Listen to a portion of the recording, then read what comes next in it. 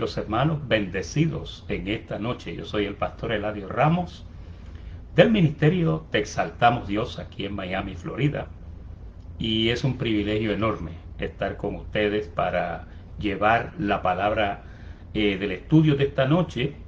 Estoy contento porque tenemos un tema sumamente interesante, un tema rico, abundante.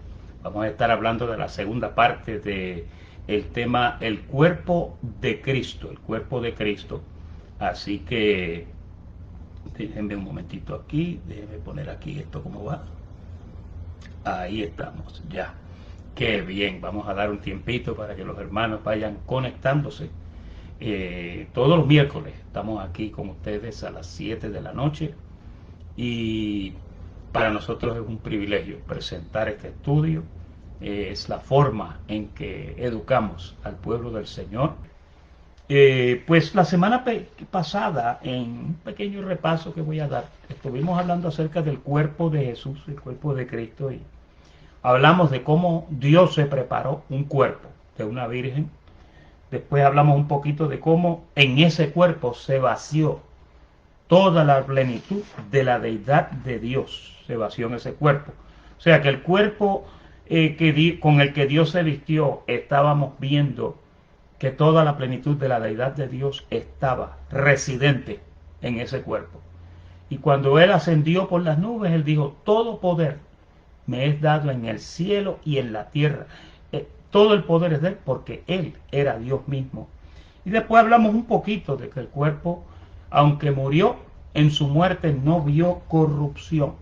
Hablamos de cómo ese cuerpo había escrituralmente profecías que decían que no dejarás que tu santo vea corrupción. Y ese cuerpo a los 3 días se levantó. Explicamos también lo de cómo Dios esperó 3 días para asegurarse de que sí, que era verídico, que era una muerte legítima, una muerte genuina. Porque habían personas que habían muerto y a los 2 días aparecían vivos, o al día. Y entonces los declaraban. En el tiempo de antes no es como ahora, que ahora tenemos al cirujano mayor, que él va y determina que la persona en sí está muerta de verdad. Pero esta noche vamos a hablar un poco. Esta noche ya hemos estudiado que Él se preparó un cuerpo y demás, ¿verdad? Ahora, después de todas estas cosas del ministerio de Cristo en la tierra, para esta etapa ya había terminado y ahora era el momento de la era apostólica, por así decirlo. Entró la era apostólica con los apóstoles y la diseminación del evangelio. Y ahí, pues, como usted lo lee en el libro de los Hechos, ellos comenzaron a difundir el mismo mensaje que habían aprendido de Jesús mismo, los discípulos, ¿verdad? Pero hoy vamos a hablar un poco, vamos a comenzar hablando de la ascensión de Jesús en su cuerpo. Esto es bien importante porque esto nos da una idea clara de cómo era ese cuerpo cuando Jesús ascendió a los cielos, cómo estaba ese cuerpo y cómo está ese cuerpo, ¿verdad? Porque obviamente si subió de la forma que subió, así el cuerpo se ha quedado. En Hechos, el capítulo 1 y en el verso 10 al 11 dice, y habiendo dicho estas cosas, viéndolo ellos, fue alzado y le recibió una nube que le ocultó de los ojos. Es decir, trate de ver este cuadro. Él, un momentito, por favor. Un momentito, vamos a chequear aquí. Ahí estamos. Nosotros estamos con máquinas y con computadoras y cosas, y las computadoras dicen que son inteligentes, pero si usted le aprieta el botón y le dice esto y aquello, no son tan inteligentes nada. Ahora, siguiendo en el verso, dice que se ocultó de sus ojos, es decir, él comenzó a levitar, comenzó a subir y llegó a un punto donde llegó a las nubes. No sabemos a qué velocidad subió, pero parece que fue rápido porque subió y dice que se le perdió en las nubes. Y estando ellos con los ojos puestos en el cielo, entre tanto que él se iba, he aquí se pusieron junto a ellos 2 varones con vestiduras blancas. Fíjese, los 2 varones se presentaron y la multitud que veía cómo Jesús ya había subido y se ocultó en las nubes, ahora estos 2 ángeles hablan y dicen, varones galileos, ¿por qué estáis mirando al cielo? Dice, este mismo Jesús, así que ha sido tomado de vosotros al cielo, así vendrá como le habéis visto ir al cielo. Esto es bien importante porque nosotros en escatología hablamos acerca de la venida del Señor. Entonces hay personas, hay doctrinas que dicen que Él viene una noche de estas, pero que viene escondido, y entonces que nadie lo va a ver y que se va a desaparecer un montón de gente, y entonces los que se portaron bien, los que se portaron mal, pues entonces se tienen que quedar aquí para la gran tribulación, etcétera, etcétera. Hay muchas escuelas de pensamiento y doctrinas, pero aquí, en estos versos que acabamos de leer, claramente los ángeles dijeron, de la forma que ustedes lo vieron que se fue, así mismo ustedes lo van a ver volver. Hay otras escuelas de pensamiento que dicen que ya Él volvió. Están los preteristas también que dicen que no, ya Jesucristo volvió y ya, pues, imagínense, si Él vino, entonces yo pregunto, ¿dónde está la transformación de mi cuerpo? Porque esta es la última sección de hoy, que vamos a hablar un poco de los eventos que están asociados directamente con la venida del Señor. Saludos a Evelia García, Nancy Almirón, Nancy, qué bueno tenerte por ahí, a Janet García, Ana Fernández, gusto en que estés con nosotros aquí también en esta noche. Mire, si Él se fue, y los ángeles dijeron, como ustedes lo vieron que se fue, así mismo Él va a volver. Tenemos que llegar a una conclusión. La conclusión es que la venida de Él va a ser como su partida. En su partida lo vieron cuando iba subiendo, y definitivamente en su venida lo van a ver cuando venga bajando, obviamente, ¿verdad? Y entonces, esto es bien importante, este verso, porque este verso nos da ese principio importante. Pero estamos hablando acerca de la ascensión de Jesús en su cuerpo. Mire lo que dice Hechos, el capítulo 2, en el verso 1 a 4. Dice, cuando llegó el día de Pentecostés, estaban todos unánimes juntos, y de repente vino del cielo un estruendo como un viento recio que soplaba, y el cual llenó toda la casa donde estaban sentados, y se les aparecieron lenguas repartidas como de fuego, asentándose cada uno sobre ellos. Y fueron todos llenos del Espíritu Santo y comenzaron a hablar en otras lenguas, según el Espíritu les daba que hablasen. Una vez Él asciende, Él había prometido que si Él se iba, Él iba a volver. Dijo, cuando vuelva, ahora estoy con ustedes, pero cuando vuelva no voy a estar con ustedes, sino que voy a estar en ustedes. Y aquí, en estos versos que acabamos de leer, ese fue el cumplimiento de que Él, como prometió que su Espíritu Santo bajaría y habitaría en todos sus santos, eso fue hecho una realidad, y ahí lo hemos registrado en Hechos del capítulo 2, del verso 1 al 4. Es importante entender que ya el Señor está en nosotros. Ahora, oiga bien, el Señor está en nosotros, pero el Señor no ha descendido a la tierra todavía. El cuerpo de Jesucristo, y vamos a hablar de eso ya mismo, porque el cuerpo tiene una función.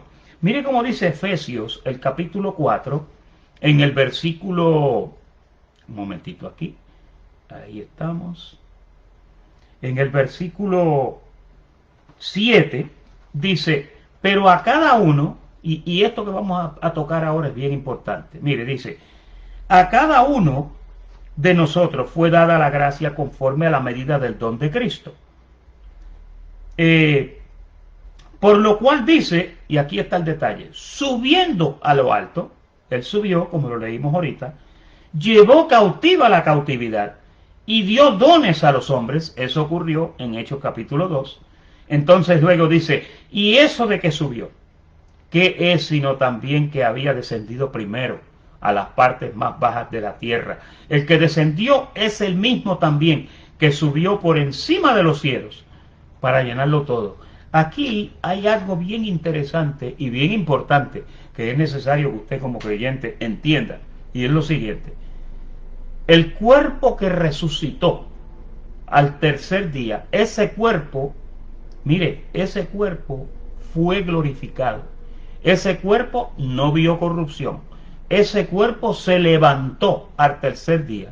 Y ese fue el cuerpo que ascendió al cielo y nuevamente, ese será el cuerpo que volverá a nosotros. Es decir, y esto yo siempre lo he dicho, en el cielo hubo un cambio radical hace 21 años, hubo un cambio radical. El cambio fue que allí llegó un cuerpo que nunca había estado allí. Trate de agarrar eso con la mente de Cristo. Dios estuvo en el cielo siempre, pero Él no tenía cuerpo. Por eso la palabra hablaba de que Él habitaba en luz inaccesible y que a Dios nadie le había visto jamás. Cuando Él se prepara ese cuerpo, allá en Belén de Judea, ¿qué pasa? Que allí hasta los ángeles bajaron, porque el misterio de la piedad era que Dios fue manifestado en carne y fue visto por los ángeles. Pues ese cuerpo subió al tercer cielo, se sentó en el único trono que hay. Hay gente que piensa que en el cielo hay más de un trono. Es un solo trono porque es un solo Dios. ¿Para qué van a tener dos tronos? Entonces el otro trono estaría vacío. Aquí hemos hablado con pruebas indubitables de cómo la identidad de Cristo es la identidad de Dios. Y lo hemos explicado una y otra vez y tenemos innumerables estudios y panfletos y todo tipo de información por escrita también que habla acerca de esta realidad. Pero fíjese, ahora el punto que vamos a hablar es que ahora ese cuerpo tiene una función. Vamos a ver cuál es la función que tiene Dios en ese cuerpo ahora. Dice Hebreos capítulo 10, versículo 12. Dice: pero Cristo, habiendo ofrecido una vez para siempre un solo sacrificio por los pecados, se ha sentado a la diestra de Dios. Déjeme explicarle que diestra significa derecha, pero cuando usted busca la palabra diestra en el original aquí es la palabra dexios. Y la palabra dexios no es mano derecha, es máxima autoridad. Él está sentado ahora mismo en la máxima autoridad, dexios. Esa es la diestra de que está hablando aquí. Hay veces que las palabras en la Biblia, si usted no es un buen escriba docto y no estudia y no investiga, usted puede terminar creyendo que en el cielo hay más de un trono y que entonces Dios está sentado en el trono y que al lado está sentado Jesús en otro tronito. Y yo siempre tengo problemas con eso y le digo a la gente, mira, si Dios fuera una persona, si Cristo fuera una persona aparte de Dios el Padre, entonces uno de los dos es mayor que el otro. Uno de los dos fue creado por el otro. Y esa parte es la parte que mete a mucha gente en problemas. No es que enviaron a un niño y que ese niño también es como Dios. No, es que Dios fue manifestado en carne y vino y se metió en ese cuerpo. Ese niñito era Dios mismo, era el Padre eterno, era el príncipe de paz, era el Dios fuerte. Y cuando usted tiene eso claro, usted adora correctamente. Usted ora correctamente, porque si usted no conoce a Dios de esta forma, usted va a estar orando incorrectamente. Hay personas que le oran media hora al Padre, media hora al Hijo y media hora al Espíritu Santo porque no se sienta mal. Sin embargo, cuando tú lees Colosenses capítulo 2, dice que en Cristo, en Él, habitaba y habita corporalmente toda la plenitud de la deidad de Dios. No hay más de un Dios. Es un solo Dios. Diga un solo Dios. Escríbalo por ahí. Un solo Dios. Saludos a Plácido Reyes.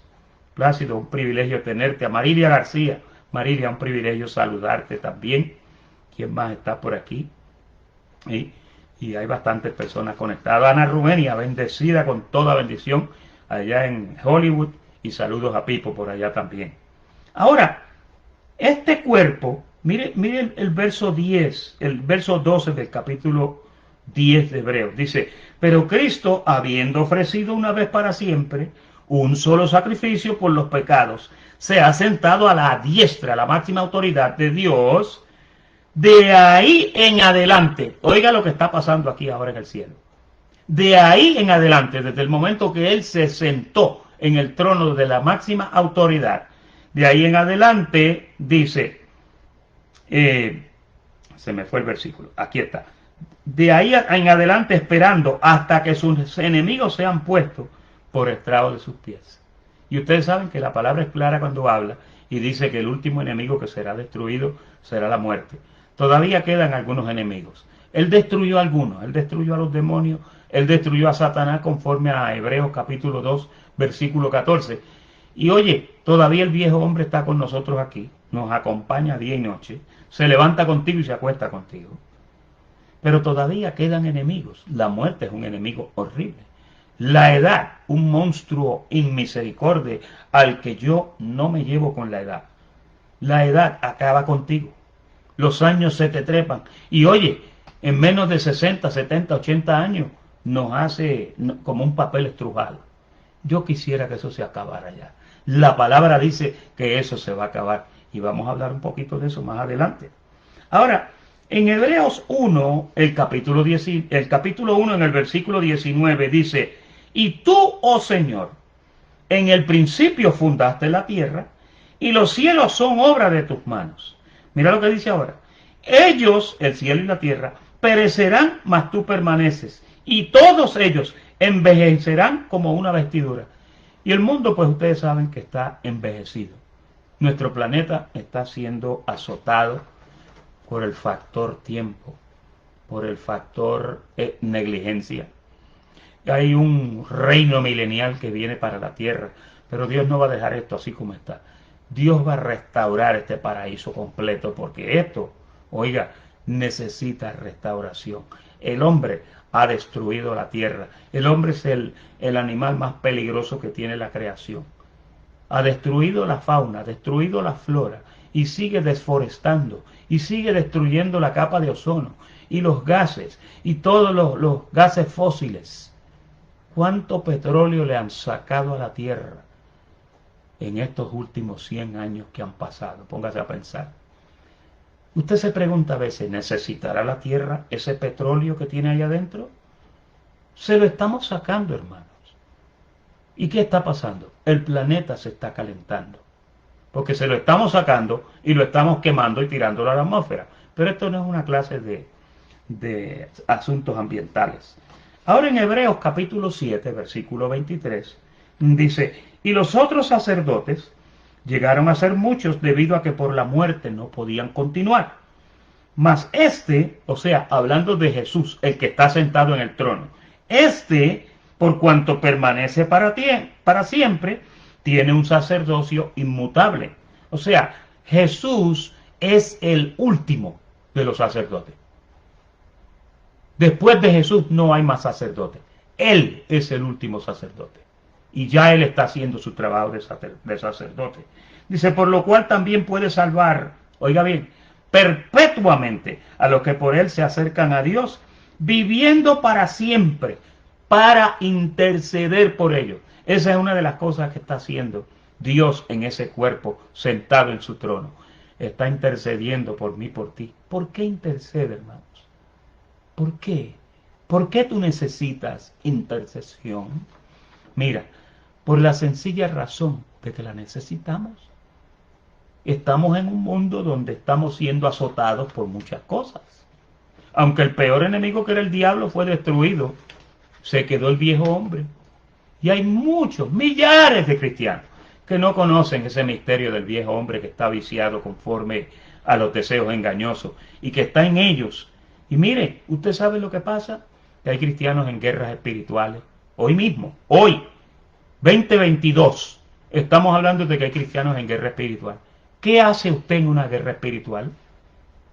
La guerra espiritual ya fue ganada. Usted no tiene una guerra espiritual. La única guerra que usted tiene es contra los deseos engañosos que cabalgan por vuestros miembros. Bien lo decía Santiago. ¿De dónde vienen las guerras? No son guerras espirituales. Son de todas las concupiscencias y todas las cosas que cabalgan por nuestros miembros, hermanos.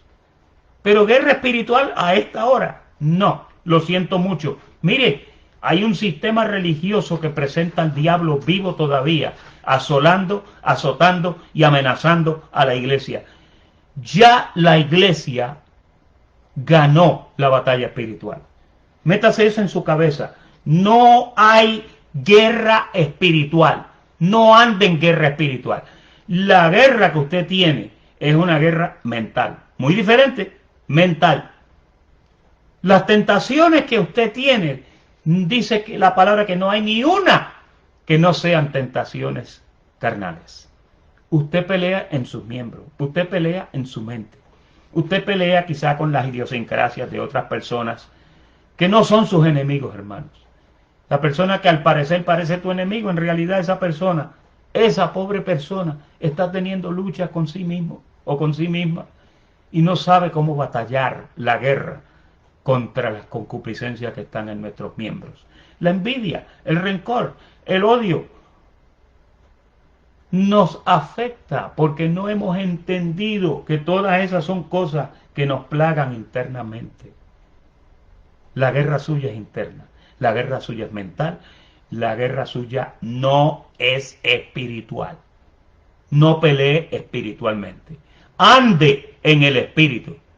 Y por el espíritu usted va a hacer morir, mire, usted hace morir las obras de la carne. Usted no hace morir obras espirituales, porque eso ya no lo hay. Los que andan en el espíritu, dice que han crucificado a la carne con sus pasiones. Ahí es que está el problema. Y eso es lo único, pero eso no es el tema de esta noche. Estaba jugoso eso, ¿verdad? Me debí de quedar ahí un ratito más. Fíjese que en Hebreos 3, en el verso 1, dice, por tanto, hermanos santos, participantes del llamado celestial, considerad al apóstol y sumo sacerdote de nuestra profesión. Ese sacerdote, dice, Cristo Jesús, el que está sentado en el trono. Estamos hablando de la función de ese cuerpo ahora. Dice, el cual es fiel al que le constituyó, como también lo fue Moisés en toda la casa de Dios. Ese sacerdote está pendiente. Ese sacerdote está intercediendo por ti. ¿Por qué? Porque te está brindando una ayuda para que tú puedas vencer en toda esta lucha que tú tienes. ¿Se acuerdan mi tema anterior que fue las luchas del alma, las batallas del alma? Esa es la única guerra que hay en nosotros, las batallas del alma, las luchas que hay en el alma, las cosas que te suceden que te sacan del enfoque y del principio de lo que debes estar haciendo. Ahora, vamos a hablar un poquito de que Cristo ya está en nosotros. Y aquí cuando hablo de Cristo, me refiero al Espíritu Santo y no a Jesús el que está sentado en el trono. Son el mismo, pero Él habita en nosotros en forma espiritual. Diga, Él habita en forma espiritual. Escríbalo ahí. Él habita en mí en forma espiritual. Porque la palabra dice que el que se une al Señor, un espíritu es con Él. Tú estás unido con el Espíritu de Dios. Esa unión espiritual es parte de lo que denota que Cristo ya está en nosotros. Colosenses 1:26 dice, el misterio que había estado oculto desde los siglos y edades, pero que ahora ha sido manifestado en sus santos, a quienes Dios quiso dar a conocer las riquezas de la gloria de este misterio entre los gentiles, y ahora explica, ¿cuál es el misterio? Cristo en vosotros, la esperanza de gloria. Fíjate, Romanos explica y dice que fuimos salvos en esperanza, ¿verdad? Ahí está la esperanza. Cristo en nosotros es la esperanza de gloria. ¿Qué es eso? Que Él ya está en mí y que yo simplemente estoy pacientemente esperando hasta que llegue el momento que entonces se me dé la redención de la posesión adquirida. Y ahorita vamos a hablar de eso. Ahora, en segunda de Timoteo, el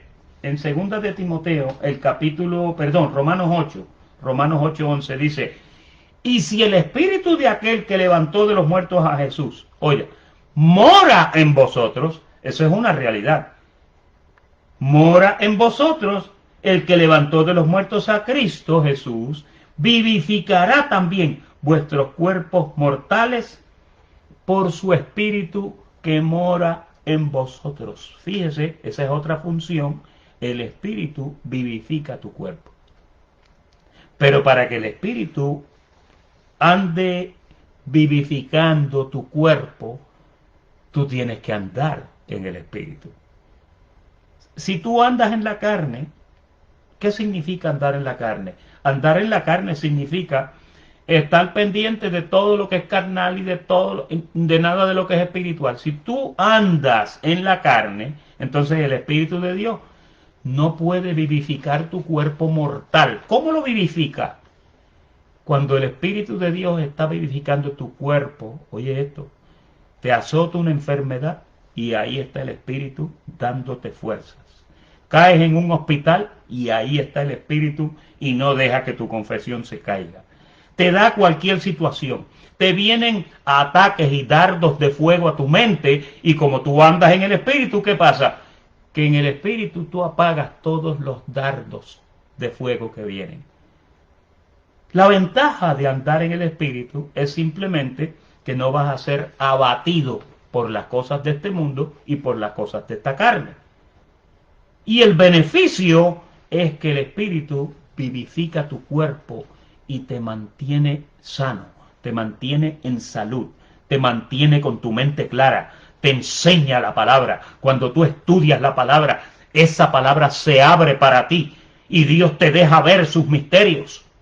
Porque hay gente que lee la Biblia, hermano. Leer la Biblia como el papagayo, eso no te lleva a ningún lado. Mire, yo a veces leo un verso y me pongo a meditar, y me pongo a meditar, y me pongo a meditar. Y de momento se abre ese versículo y Dios diciéndome, eso quiere decir esto. Eso también quiere decir esto. Mira, usted puede estar una vida entera en la profundidad de un solo verso de la palabra. Su palabra es insondable. Su palabra no tiene límites y no tiene fin. El cielo y la tierra pasarán y la palabra se queda. Mira qué poderosa es. ¿Qué pasa? Cuando tú andas en el Espíritu, Dios te abre su palabra para que tú la puedas entender. Y en 1 Corintios 6:19 dice, ¿o ignoráis que el cuerpo es templo del Espíritu Santo, el cual está en vosotros, el cual tenéis de Dios? Oiga esto. Y que no sois vuestros, porque habéis sido comprados por precio. Glorificad pues a Dios en vuestro cuerpo, número 1, y en vuestro espíritu, número 2, los cuales son de Dios. O sea, yo he explicado esto otras veces en otros estudios anteriores. Y hemos dicho que usted, en realidad, en este cuerpo ahora, usted es un mayordomo. Usted es un mayordomo, ¿por qué? Porque un mayordomo es una persona que cuida de una casa que no es de él. Usted está viviendo en un cuerpo que fue comprado a precio de sangre y la Biblia dice ahí, en ese verso que yo acabo de leer, 1 Corintios 6:19 y 20, que ya tú no eres vuestro. O sea, ya usted esa propiedad no le pertenece. Su cuerpo es propiedad de Dios. Él lo compró a precio de sangre y su espíritu vive ahí dentro y él es el dueño de esa casa y usted y yo somos los mayordomos. Por eso es que vamos a recibir recompensa. Lo dice Pablo, dice, bueno, que todo es necesario que todos comparezcamos ante el tribunal de Cristo para que cada uno dé cuenta de lo que hizo mientras estaba en el cuerpo. Usted es un mayordomo. Escriba, yo soy un mayordomo. Oh, si pudiéramos entender eso. Mire, cuando usted coge un carro prestado, ¿verdad que usted va con cuidado? Usted lo cuida, porque el carro no es suyo. Y entonces usted dice, tengo que tener cuidado con esto, porque si llego a chocar este carro. ¿Verdad que usted le da un cuidado cuando le prestan cualquier cosa? Usted tiene ese cuidado extremado que quizás no lo ejercita como cuando usted está en las cosas que son suyas. ¿Por qué? Pues mire, esa debe ser la actitud de un mayordomo que se encuentra viviendo en un cuerpo que no es su propiedad y por lo tanto debe de comportarse como es digno de la vocación. Porque cuando el jefe venga, el dueño va a pedir cuentas por todo lo que usted hizo mientras usted estaba en su casa, en la casa de él, que es su cuerpo. ¿Lo puedes entender? ¿Te das cuenta por qué nos dan recompensa? Nos dan recompensa por cuidar de la propiedad de Dios. Hay gente que a veces preguntan, ay, el Señor me compró en la cruz del Calvario, Él compró mi espíritu. Su espíritu no fue comprado en la cruz del Calvario. Lo dice la palabra. Tu cuidado guardó mi espíritu. Lo que compraron en la cruz del Calvario, óigame bien, que esto no se predica en las iglesias, lo que compraron en la cruz del Calvario fue su cuerpo. Lo compraron a precio de sangre. ¿Por qué lo compraron, pastor? Porque tú habías sido vendido al pecado, lo dice Pablo en Romanos. Dice, sabemos que la ley es espiritual, mas yo soy carnal, vendido al pecado. ¿Cuándo lo vendieron? Lo vendieron en el Edén con un solo pecado. ¿Y cuándo lo compraron? Lo compraron en el Calvario con una sola ofrenda. Eso es sencillo. Dos transacciones. Una con Adán y la otra con el postrer Adán, que es Jesucristo. Vives en un cuerpo que no te pertenece. Y finalizando, en Hechos capítulo 1, verso 10, ahí leemos cómo habla de que Jesús vendría otra vez y cómo su venida va a ser visible. Mira lo que dice 2 Timoteo capítulo 4, verso 8. Por lo demás, me está guardada la corona de justicia, la cual me dará el Señor, juez justo, en aquel día, y no solo a mí, sino también a todos los que aman su venida. ¿Y cómo va a ser la venida? Los ángeles explicaron, este mismo Jesús, así como lo están viendo que sube, así va a bajar. ¿Tú amas esa venida? Yo espero esa venida. No voy a decir que me siento mal de estar aquí en la tierra. Estoy bien. Y aunque hay cositas que me han sucedido, esos son pajitas que le caen a la leche, hermanos. Boberías del cuerpo. Cosas de la carne. Cosas de la insuficiencia de la salubridad. Cosas de las consecuencias del pecado. Porque el pecado enfermó el cuerpo, limitó la edad. El hombre iba a durar una eternidad. ¿Y qué pasa? Pecó y al pecar sus años se redujeron a unos 70 y a los más robustos 80. Y algunos se escapan y llegan a los 90. Pero fíjate, qué lindo esto cuando te dice a todos los que aman su venida. Ahora, 1 Tesalonicenses 4, y ya estamos cerrando, nos quedan 7 minutos. Por lo cual os decimos esto en palabra de Dios, que nosotros que vivimos, oiga bien, ahora está hablando de nosotros que estamos aquí. Nosotros que vivimos, que habremos quedado hasta la venida del Señor, no precederemos a los que durmieron, que son los que murieron. Porque el Señor mismo con voz de mando, con voz de arcángel y con trompeta de Dios descenderá del cielo. Y los muertos en Cristo resucitarán primero. Y luego nosotros los que vivimos, los que hayamos quedado, seremos arrebatados juntamente con ellos en las nubes para recibir al Señor en el aire. Es decir, que ya Él bajó de la estratosfera y ahora está en la atmósfera. Qué lindo eso, ¿verdad? Viene otra vez a buscarte a ti, dice, y así estaremos para siempre con el Señor. Oye esto. Oye esto, antes de que a ti te arrebaten y te suban a las nubes con el Señor, porque Él va a llegar hasta las nubes y ahí Él se va a parar y tú lo vas a ver. Lo dijeron los ángeles, este mismo Jesús, así como lo vieron, así va a venir, ¿ok? Pero ahora dice que Él se para ahí y llama. Pero antes de eso hay una resurrección de los muertos. Cuando la gente oye esto de la resurrección de los muertos, y yo sé que tú estás pensando así, no me digas que no. La gente piensa en tumbas abriéndose y los cuerpos, no sé qué cuerpo, porque ahí lo que hay es podredumbre, saliendo de las tumbas y levantándose para irse para las nubes volando con el Señor. No, mi hermano, no, 1000 veces no. Los muertos en Cristo, dice Pablo, que el que muere, dice que está presente con Dios. ¿Sabe dónde están esos muertos? El mismo Pablo lo explicó y dijo, si creemos que Jesucristo murió y resucitó, tenemos también que creer que Jesús, cuando Él venga, traerá con Él a los que durmieron. Los que durmieron todos serán transformados. Y esos que serán transformados bajan en nubes con el Señor. Esos son primero. Dice que nosotros no precederemos a los que durmieron.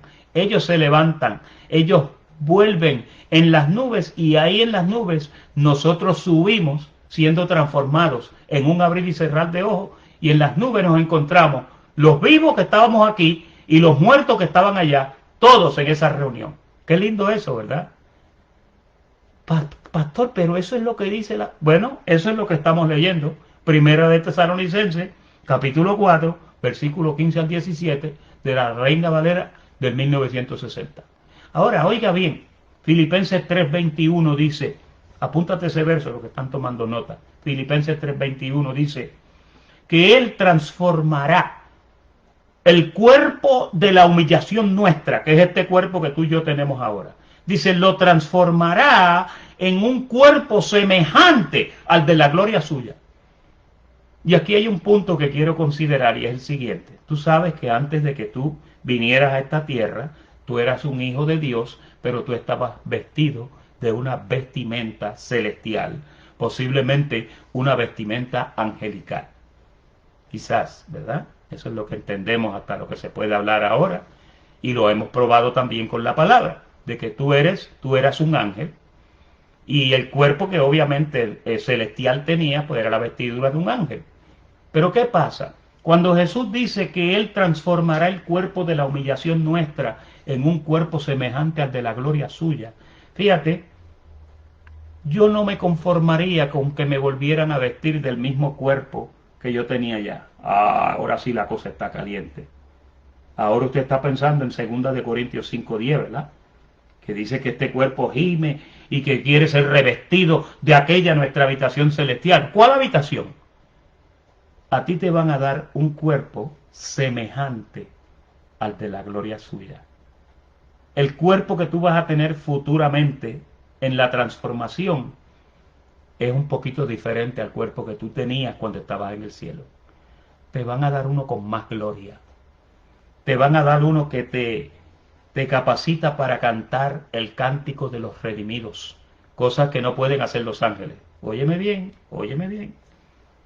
Hay cosas que los ángeles anhelan mirar, que sencillamente ellos no lo pueden hacer porque no tienen ese privilegio que nos dieron a ti y a mí. ¿Sabes lo que dice Romanos? Romanos dice, para que Jesucristo sea el primogénito entre muchos hermanos. En otro versículo dice, no se avergüenza de llamarlos hermanos. Tú eres como un hermano de Jesús y vas a tener un cuerpo idéntico al cuerpo que tiene Él. Pastor, ¿y cómo es ese cuerpo? Me alegro que me preguntes. Ese cuerpo no envejece, ese cuerpo es indestructible, ese cuerpo es inmutable, ese cuerpo entra por puertas cerradas. Oye bien, entra por puertas cerradas, pero la gente lo ve entrar y te ven. Ese cuerpo, esta parte me gusta, ese cuerpo, el cuerpo de Jesucristo, comió después que resucitó. Fue a la playa, hizo un barbecue de pescados allí, se sentó con ellos y bebió vino y comió. Me encanta eso de que van a haber restaurantes en el cielo. No, no le estoy diciendo eso. Pero oiga, tenemos esa capacidad. Es un cuerpo glorificado. Imagínese usted, es como una película de fantasía. Es algo ingenioso. Lo que Dios ha preparado para nosotros, hermanos. No tiene nombre. No hay palabras humanas para expresarlo. La gloria, dice Pablo. Tengo por cierto que las tribulaciones momentáneas que hay aquí no se comparan con la gloria venidera que en nosotros ha de ser manifestada. Oh, la gloria que se va a manifestar en nosotros. Y mira, tú puedes estar contento quizá con tu nuevo carro, con tu nueva casa, con esto que te pegaste en el Powerball con 600 millones y todo eso, pero eso es de acá. Pero cuando tú llegues allí y te vistan de un cuerpo semejante al de la gloria suya, un cuerpo que opera enteramente en la cuarta y en la tercera dimensión, un cuerpo que vuela de un sitio al otro en un microsegundo, un cuerpo que no hay espacio, no hay peso, no hay enfermedad. ¿Te gusta esa parte? No hay León Medical Center. Es un cuerpo eterno el que te van a dar y el que me van a dar a mí. Yo espero eso ansioso. En el próximo tema vamos a hablar un poquito de los fenómenos de la resurrección. Vamos a hablar, a tocar eso con el pastor Cestero. Hoy estuvimos él y yo, o ayer, hablando de esto. Y vamos a dilucidar eso un poco más, porque ahí hay tanta información que la gente, por estar huyéndole al diablo, pierden el tiempo con las pamplinas que escuchan por ahí y no se educan con la palabra para crecer y para conocer cuáles son las promesas que Dios te ha dado. Dios te ha dado en abundancia. Dios te ha dado, estoy aquí mirando quién más se conectó, pero más o menos ahí tenemos. Oiga, que mucha gente conectada. Saludos a todos ustedes. Es un privilegio enorme en esta noche haber compartido esta palabrita con ustedes.